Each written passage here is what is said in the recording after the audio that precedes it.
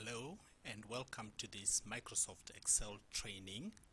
My name is Tendayi from Foundation for Business Technology, and I'm going to be taking you through this course step by step. So by the time you finish, you are going to be having a spreadsheet like the one that I have on the screen. So we are going to start with a blank workbook, and we are going to build this worksheet from scratch, step by step. So every time we are building, we are learning a new concept. So there is no time that we are ever going to just talk theory on its own.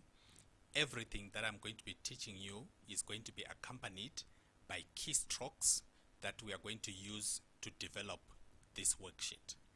So the first sheet is an employee data sheet, as you can see, with particulars of employees, title, first name, last name.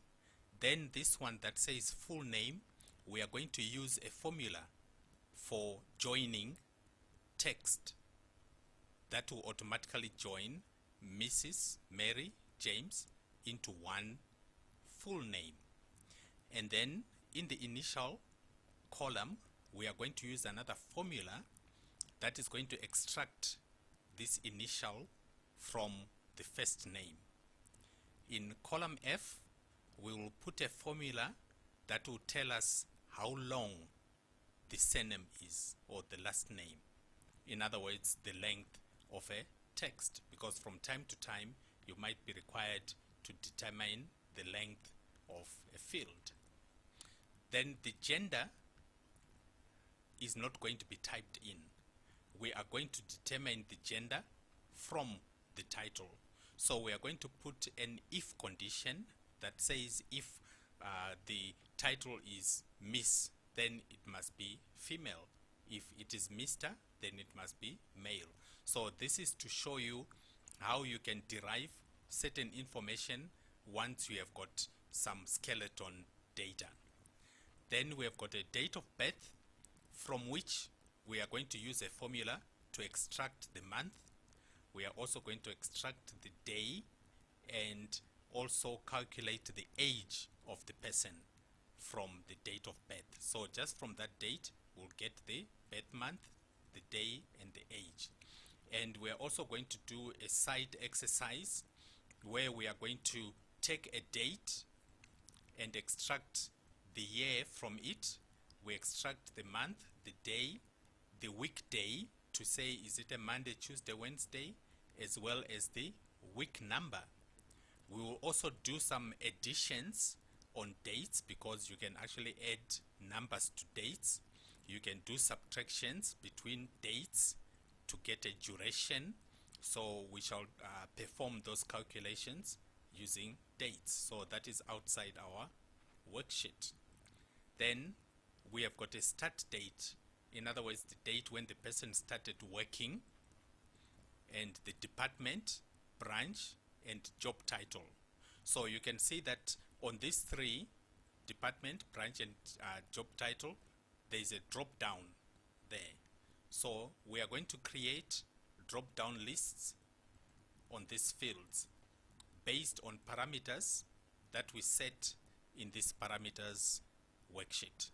So we are going to create these parameters so that we limit our users to only select the branches that we have specified ourselves. Then we'll enter other information like the salaries of the people, and then the years employed, we will calculate it from the start date. So this will automatically change. Next year this will be 2, the other year it will be 3 automatically, because the start date is fixed, but today's date is always changing, so we always recalculate using that formula. And then the years to retire, this is calculated from the age of the person and the parameter that we also put in the parameters file, which is the retirement age, because every organization has got a retirement age. So if our retirement age is 65, we then determine here what is the number of years to retirement. So you can see that some of these numbers are highlighted. It's because we've used what we call conditional formatting that allows you to highlight fields that are meeting a certain condition. So in our case, we highlighted those people that are almost retiring so that the officials in human resources can know how to plan for the replacement of these individuals. So this is going to be our source data. So we are going to put quite a lot of fields so that we can be able to extract reports from them. So once we have this worksheet, we are going to go and create a reports worksheet. So the reports worksheet is going to take columns selectively from employee data, because you can see that the employee data is a very big worksheet because it has got almost everything to do with the employee. But from time to time, we require maybe just an employee basic report that has got the full name, the start date, department, and job title. So we simply create a report like that that can print only this information, just those columns. So we don't copy and paste, because that's what most of us are doing in the offices. We use a formula to simply point to the columns in the employee data worksheet, so that if anything changes here, it also changes on our report, because we are simply pointing to the information. So this is one format of a report that we can even put nice and colorful headings, so it's actually ready for printing as it is.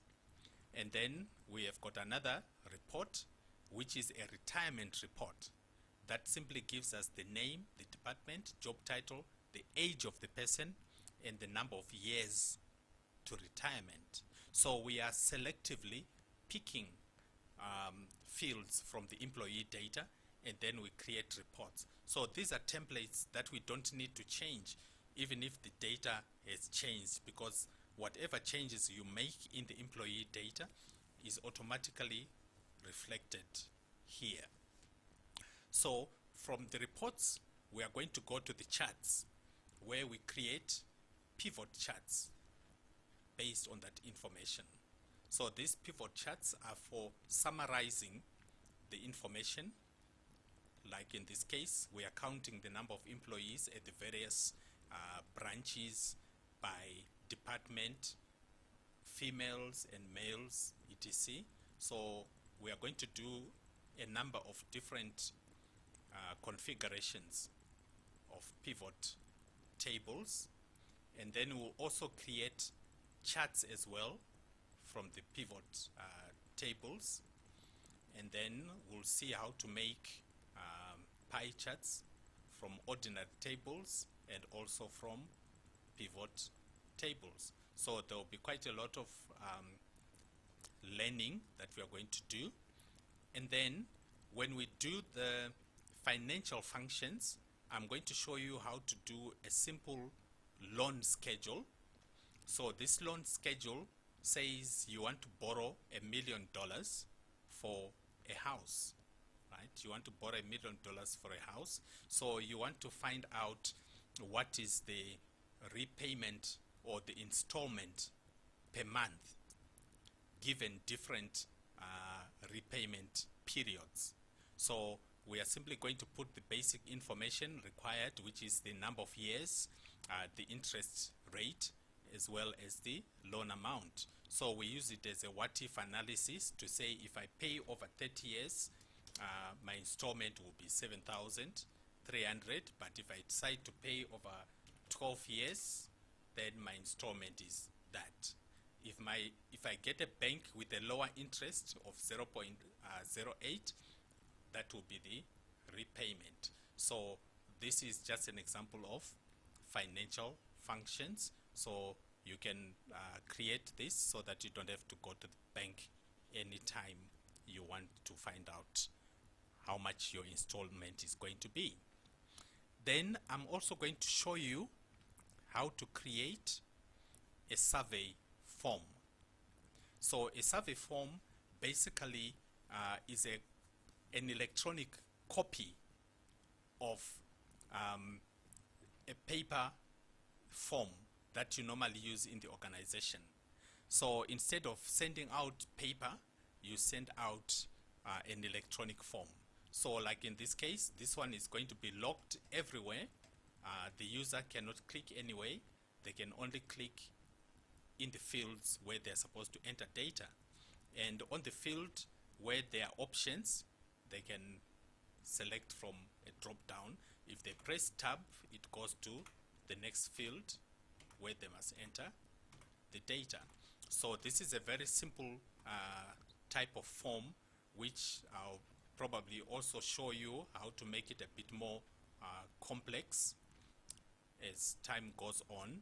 But otherwise, the basic concepts are here. You can translate this and create any form that you want, whether it's for internal surveys, external surveys, for performance management. It can be an HR form, even a job application form. You can send out job application forms in Excel format. So you can see that by the time we finish with this training, we are going to have covered a lot of Excel functions, not just theoretically, but practically. So you are going to start with a blank sheet, and by the time you finish, every one of you is going to have a workbook which looks exactly, if not better, than this one here.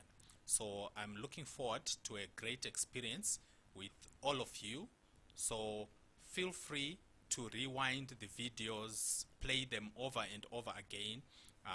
There is no rush for you to finish a particular module, so you are studying at your own pace. So make sure that you fully understand and you do all the exercises, submit them when you're supposed to submit them, so that I can make sure that you are really following. So thank you for joining the course.